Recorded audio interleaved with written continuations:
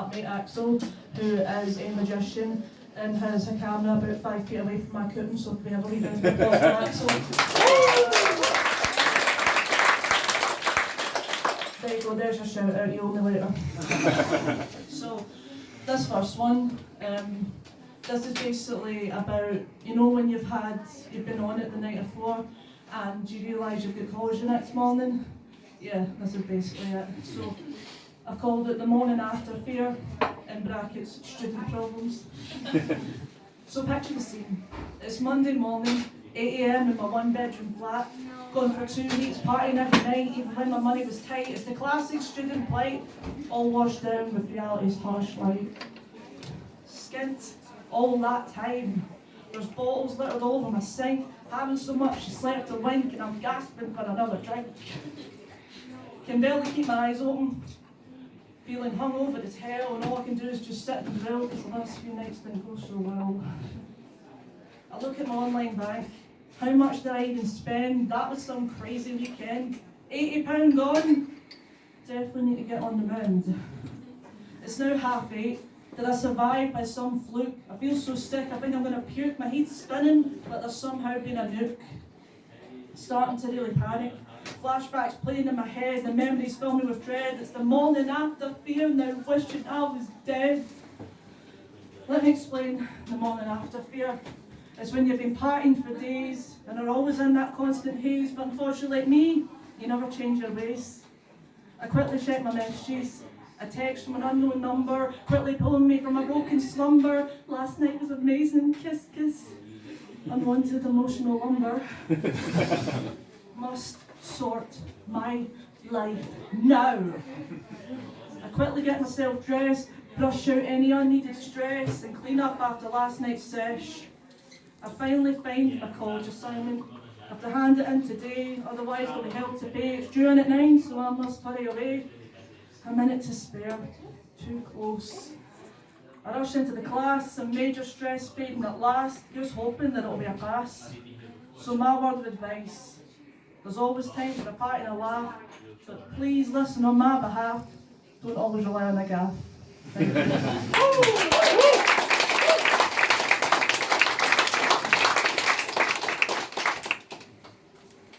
Just to be warning beforehand, there's a couple of trigger warnings in these next few ones. So this one I wrote back when I was 17, so that was an age ago, and it's basically, for those who haven't clicked on, shocking, I'm trans, and this was when I was a teenager and I had my sort of first girl crush, which, yeah, I'll let this poem explain. It's called The Wrong One. Fool me once, shame on you. Fool me twice, shame on me. I'm your lovable closeted queer, proud but not quite out, expressive, creative, the modern day stereotype. Chunky and slender, somehow, at 16. Bright as a button, friendly and beloved, school was indeed a breeze, until the day that girl arrived. She was quiet and discreet, never spoke above a whisper, headphones always on, the typical wallflower. She had an odd type of beauty, with washed out jeans and washed out hair, thin braces always hid behind those painted pink lips, and a mini Jesus swung from her neck. Her t-shirts gave you hope, with quotes like girl power, touch the sky, and geek chic. It truly was love at first gander. She was like a rose starting to bloom, an orchid throwing its first fruit, a poet producing a heart-wrenching sonnet. She was far too good for me. She rode an old-fashioned tandem all fixed up with gears. Her hair would fly underneath her helmet, school bag resting in the front basket. She was always sat across the room, hair shielding her from the rowdy ruckus. With me, she took biology and music, my worst and best subjects. She was a Libra, I a Leo, but astrology and signs are a myth and a con. She was the top of each class, but never a grass. She was picked for the school band and played the flute with beautiful precision. Very rare would she swear or try to bend the rules. She'd raise an eyebrow at the tracksuit gang and refuse their offers of cigarettes and cider. She wouldn't gossip or giggle with the popular girls. She edged away if they looked at her. She was out to please no one. Even her name was a catch. May Bell, meaning spring beauty. She was so much more, and I had to have her. Weeks of staring and contemplating passed. Now was the time. Emily walking to her desk in biology and freezing as soon as I saw her. The look she gave me made my heart stand still, her misty blue eyes content and fixated, blinking slowly, her long eyelashes sparkling as they flutter, making me stutter. Stupid idiot.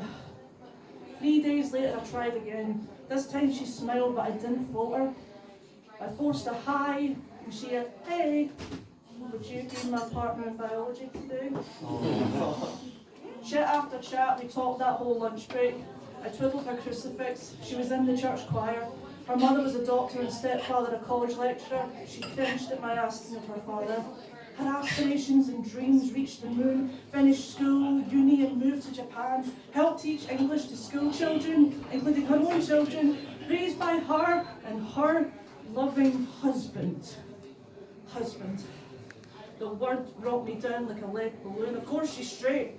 The worst thing was, though, my feelings remained as strong and I as hopeful.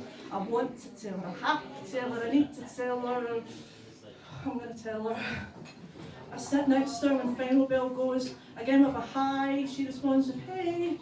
Without realising, I blurt it out. I'm telling you as I trust you, I'm gay. I'm looking at my feet as I tell her. I can finally breathe. I feel so much better until my eyes meet her face. She's looking blank until it hits her. Her eyes start to glitter. "See you tomorrow," is brightly uttered as she skips away. I arrive at school. It feels different. Are people staring? Why are they whispering? It hits me like a first bus on the M8. The cries of freak and lesbo, a harsh spit landing on my cheek. I've been outed and it's all gone wrong. Who could do this? Who found out? Oh, Mayville, how could you? What have I done? Jaunty yet slender at 16, bright as a button, friendly and beloved, school was indeed a breeze until the day that girl arrived. I'm the shunned out queer, now out but not by choice, picked on and bullied, the modern day reality. Fool me once, shame on you. Fool me twice, shame on me. Woo!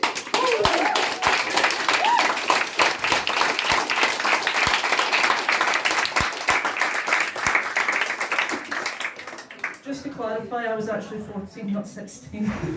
Some of it is fiction, thankfully.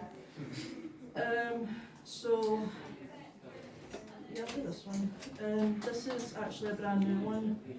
And again, massive trigger warning for everyone because it talks about abusive relationships. So, I called it Heart Attack. I start to write. As the snow falls on my lashes, my hands shaking and my lips blue, I write the same shitty love poems again and again and again. And suddenly, you're beside me. Blowing smoke rings in the air, pushing her daughter in her stroller. She's shivering and wailing, her cheeks scarlet and face wet. I try to stand, but you shove me back down. You hand me the lit cigarette from your mouth and sit. My teeth start to chatter and grit. The cold January snow has just gotten colder. You have gotten colder. You place a hand on my shoulder and sharply demand, hand it over. I'm suddenly on edge as I inhale and exhale, deep breath in and out, again and again. Inhale the hope, exhale the fear. Inhale the hope, exhale the fear. I try to look away, but it's too late as I watch you tear my poems to shreds, tear my hope to shreds, my life to shreds, our love to shreds. I hear our child screaming in her pram. It goes through me like a dentist drill. She's so scared, I'm so scared. I shudder with each rip and tear. But the snow can't compare to the coldness of your heart, the coldness of your words, the coldness of your actions to me. Warm heart beating in a broken body, bruises shining like purple pansies, eyes bright with fear and a racing mind in overdrive about to shut down. It never used to be like this. It used to be good. We used to smile, cuddle, kiss, fuck, live, laugh, love. But that's behind both of us. This lit cigarette in my mouth has more spark than we currently do. It's fiery like your temper, but can't warm you enough to love me like you used to do. I hold on to hope and childish dreams that you're my princess, and I've rescued you. Realistically, I'm your prisoner, trapped in this fucked up relationship, and you hold the key. What happens to our child if I leave? What happens to me if I leave? And what happens to you if I leave? The love for you burns me more than the cigarettes you burned on me. The marks on my body show I was never able to go. You wouldn't let me go, you'll never let me go. I can't let go. I won't go. But no matter how many love poems I write, the sad songs in the charts, I can't help but hear all those fucking Shakespeare sonnets I read, the cheesy rom-coms looping on repeat, the messages of hope on my social media, the late night calls for hours on end, the ticking time bombs we armed, the moments we lovingly shared, the gifts we gave, the steamy, passionate love we made, the holes we dug, the child we created, the future we had, the ongoing fights during those long dark nights, the lying, the cheating, and even the beatings, the crying, the begging, the threatening, the ending, and though you may want it so bad, you can't bring me back. You were my heart attack. Thank you.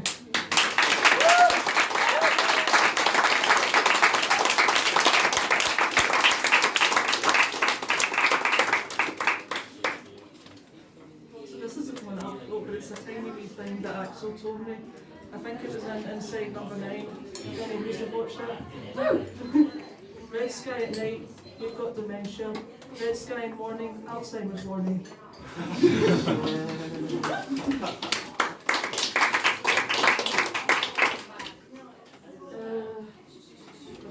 So this one I wrote actually for, well not for, but I wrote this and it got published by BBC Social. Which was pretty cool. My first and only video I've ever done with them because I'm bad at keeping contact with people. So as pretty much everyone won't know, at the age of 19 I became homeless, and this was about my time living in the units. So I've called it Home for the Homeless. I lived in a homeless unit and it saved me. Not something you hear every day, not something you hear at all, but somehow my experience wasn't so bad, and maybe I'm now glad that it helped lift me up instead of bringing me down. Stigma surrounds units like a bad smell. Places for the shunned, the spurned, the apparently unwanted ones, like me. The media blasts us to make us look bad, with words like junkie and dirty, attention-seeking and alky. Is that really how you view me? Being seen as lazy and deadbeat when all I wanted was to be safe from the street? So why didn't the press put that in their next trending tweet? Still classed as a kid, 19 years old, with no idea what the future could hold. It wasn't my fault. Before you think to scold or judge. Majority in there are the same. No fault of their own, that they don't have a home, and I want to make it known. Thank you, ship in the fire station, your homelessness, for giving me the support you had, being there for me when the world made me sad, and showing me life isn't so bad. The media can argue and protest, but the staff never care, and they just abandon and leave you there because life just isn't fair. Living there didn't feel like a prison, a burden, a mistake, a punishment. It felt like home. I felt wanted. I felt supported. I could move on, and I have moved on. What could have ruined my life saved my life. And I want to break any stigma surrounding the supposed hellhole of units. I'm not saying it's all good times, but I'm not saying it's all bad times. I'm not going to say it's a walk in the park, but please stop your catty remarks. The assumptions don't need to be so dark. I moved out a few years ago. However, the staff still want to know, and it just goes to show they still care, even when you go. So, when you hear the words homeless unit, please don't judge and assume, because it's not all doom and gloom. You can tell that to your local newsroom. Thank you.